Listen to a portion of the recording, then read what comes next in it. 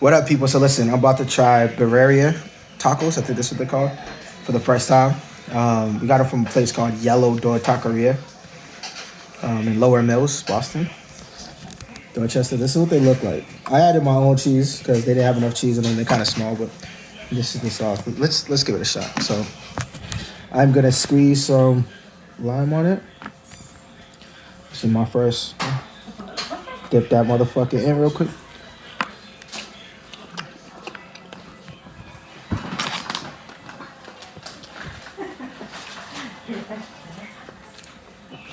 Pretty good.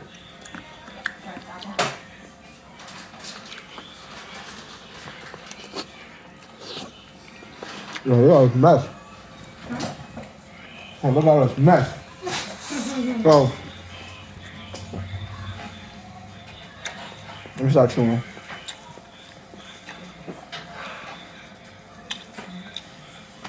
Again, this is my first birria taco, so I have nothing to compare it to.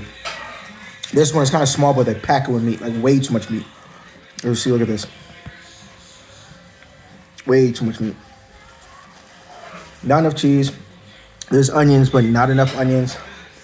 And the sauce doesn't look like others that I see online that has like a lot of onions and stuff. Kind of just tastes like the beef sauce, like whatever sauce came off the beef that they cooked. But out of 10, I give this a 7. I got stuff in my teeth. I'll give it another try. If I was at the restaurant, I think it might taste better. But it's pretty good. It's pretty good. I can see why the hype. And it's fun dipping stuff too, right? It's fun.